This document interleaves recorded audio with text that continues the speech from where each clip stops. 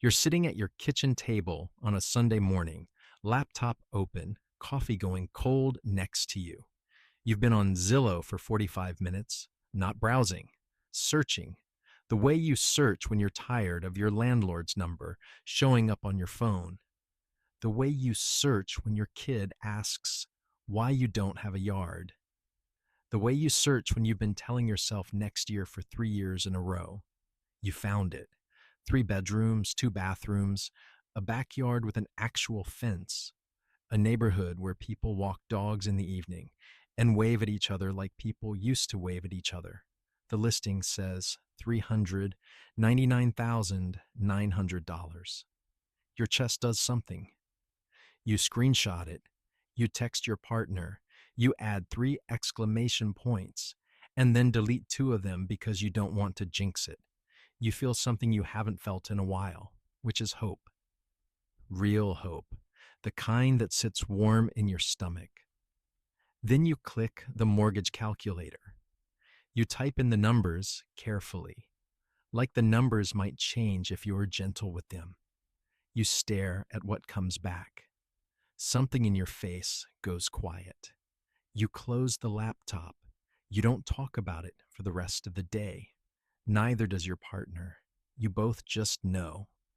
My name is Nick, and today we're going to do something the real estate industry, the mortgage industry, and frankly, most of the internet does not want us doing.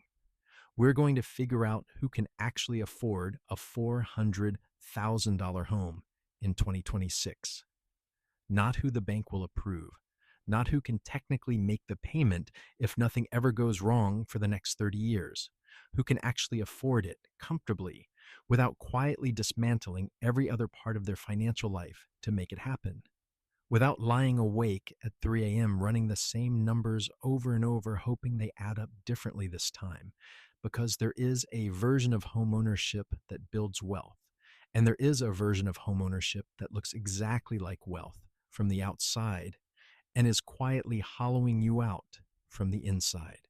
And in 2026, more people than ever are living in the second version and calling it the American dream because nobody gave them permission to call it anything else.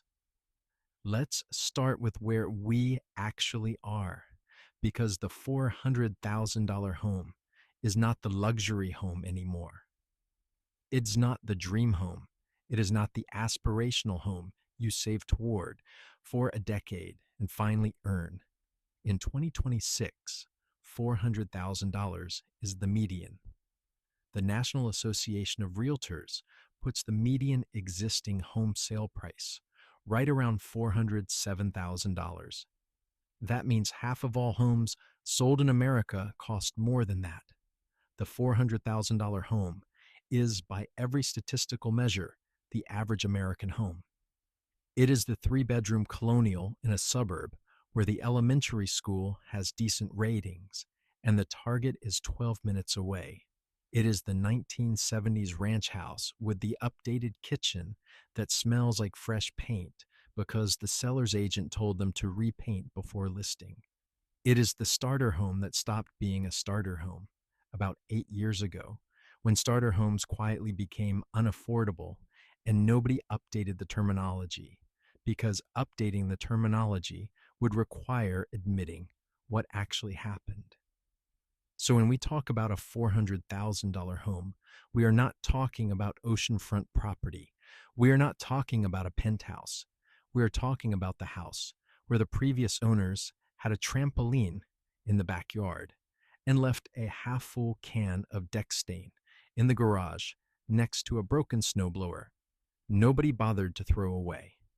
That house, the normal house, the house you've been trying to get to, and the median household income in America right now is about $84,000 a year before taxes, which means we are, as a country, sitting inside a situation where the average family is being asked to buy the average home at a price that requires an income roughly 80% above what the average family actually earns. That is not a housing market. That is a math problem wearing a lockbox and an open house sign. And nobody in the industry wants to solve it out loud because solving it out loud would require them to stop selling. Now let's talk about how buying actually works, because the gap between what you see on Zillow and what you actually pay every month is where most people's hope quietly turns into something they don't have a good word for. You find the $400,000 house. You need a down payment. The standard advice, the advice your parents will give you, the advice every financial article written before 2018 will give you is 20%.